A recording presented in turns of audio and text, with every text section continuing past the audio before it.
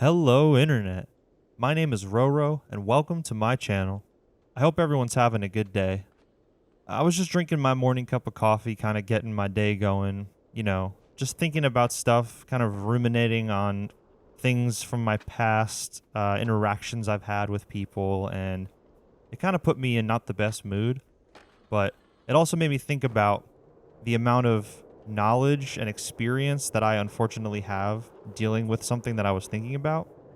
And I thought I'd make a video about it because it might be helpful information and it'll at least be cathartic for me to just get it out.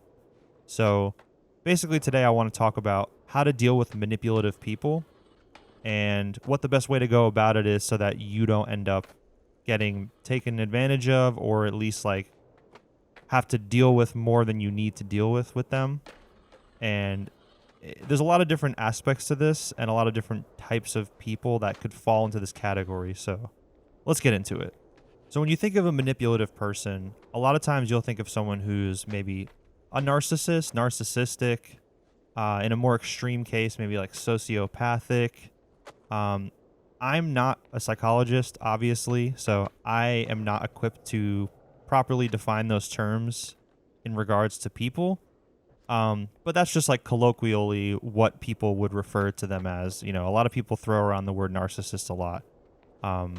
So those type of people are really just, it doesn't have to be that extreme at all. It can really just be like a selfish person who is really only out for themselves, and they have a lot of experience making situations go their way. And a lot of the times the reason that they're able to do that is because for so long in their life, they've gotten away with it because people either haven't called them out or haven't confronted them about it. They are able to just kind of take advantage of everything in their life to make sure that they get exactly what they want in every situation.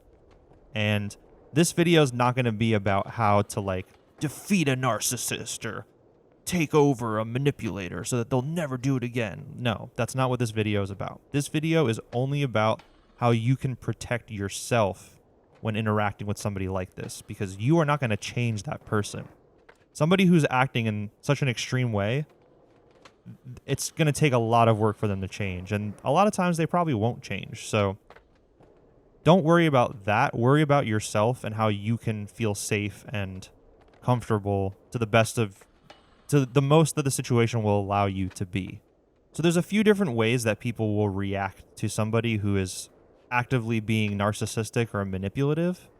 And again, this is just my personal experience. So I'm referring to situations that I've been in my personal life. So it may be different for you, but I'm trying to keep it as general as possible so that it can be applied to a lot of different situations. Again, I'm not a psychologist. I cannot identify somebody as a narcissist accurately. So selfish, self-centered, manipulative people, whatever that is in your life, that's what this is about. All right, so the first way that most people will react is pretty much to do nothing. They'll just kind of let it happen. Maybe because they don't have like the self-worth, self-esteem to really stand up for themselves. And a lot of times manipulative people will target people like that. Or maybe it's a situational thing where like, at a job or in some sort of situation with other people where it doesn't really make sense for you to just kind of call the person out or whatever. It's not really your responsibility. So a lot of times people will just do nothing, which I think that in a lot of cases is probably the best thing to do. Again, because you can't change this person. You most likely will not change the situation. Unless it's a one-on-one interaction, that's a little different. But the less you give to somebody who's trying to manipulate you, the better. Because a lot of the times they're just trying to take as much as they can from you. And even if that is as little as just getting a reaction out of you, they'll take whatever they can get. Like that's how these type of people function. So the less that you give to them, the better. And when I say that, I mean doing things for them, literally giving them things, or even just giving them an emotional reaction. Just the less that you can give them, even emotionally, you will be safer. And safety is key here. Obviously every person like this is not going to be threatening your physical well-being, but they are threatening you in another way. They're threatening your mind, they're threatening your kindness. They're trying to, again, take as much as they can from you, even if it's not literally taking something from you. So the safety aspect of this, I'm reiterating it again just because I really believe it's important. You protecting yourself is the priority in this situation. The second way people will react is sort of like the step after this, where maybe they've been manipulated a lot by the same person or by a lot of different people in their life. They've been taken advantage of.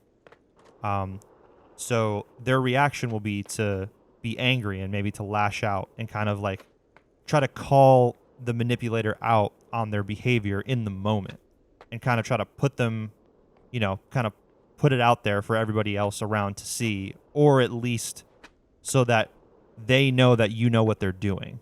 And in my opinion, this is the worst thing you can do in a situation where you're dealing with someone who's manipulative, because you have to keep in mind these type of people have a lot of experience doing what they do. They have a lot of practice. So you're never going to beat them at their own game. This is what they do. This is how they function, how they survive in the world. And there's a lot of different reasons why that is, which I'm not going to get into in this video. There is some valid sympathy you can have for somebody like this, but in this situation, we're talking about the interaction itself, and you will never succeed in that situation. One, because they have a lot more experience battling in social conversations and situations like this. So they're always going to take over and overpower you. That's just what they do. That's how they function. So the best thing you can do is give them nothing to work with.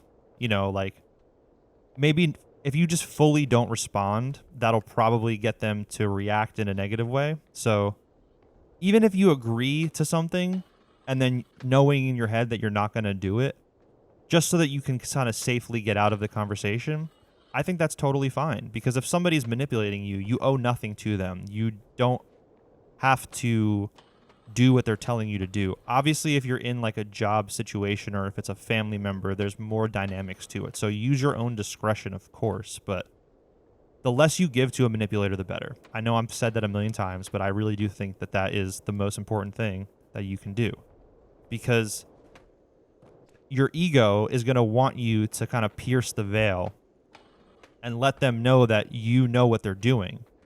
But these type of people are vindictive. So if you pierce their veil, a lot of times they're going to make sure that they harm you in some way because they don't want to be exposed in that way.